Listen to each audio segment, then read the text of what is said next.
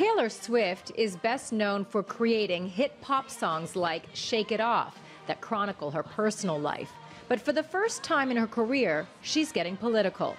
On October 7th, she wrote on Instagram, "In the past, I've been reluctant to publicly voice my political opinions. But due to several events in my life and in the world in the past 2 years, I feel very differently about that now." That post was followed by several others endorsing Democratic candidates in her home state of Tennessee. Since the election of Donald Trump, young people of all backgrounds seem to have become more political.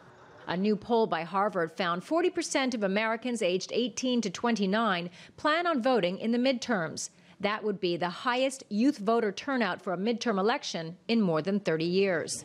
That bodes well for the Democrats. According to Harvard's survey, 66% of those planning to vote lean liberal.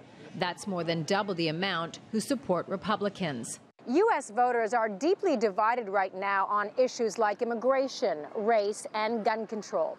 But to get a sense of what's tops on the minds of young voters, I hit the campus at New York University, and they had lots to say.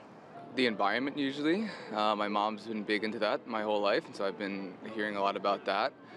That's definitely the biggest. With this new administration, climate change is being ignored, but to me seems the most important because we live on the Earth, so if we're not taking care of the Earth or being aware of the planet, it's really our own downfall. Off the top of my head, I have to go with women's rights. As a man, I feel like I can't just sit back and be like, oh, that's someone else's problem. Me Too movement is a huge one for me. After watching the Kavanaugh hearings, that I didn't plan on watching all of them, but I just got so fired up watching it that it just that really stuck it to me that people don't care and that we're stuck in this old system.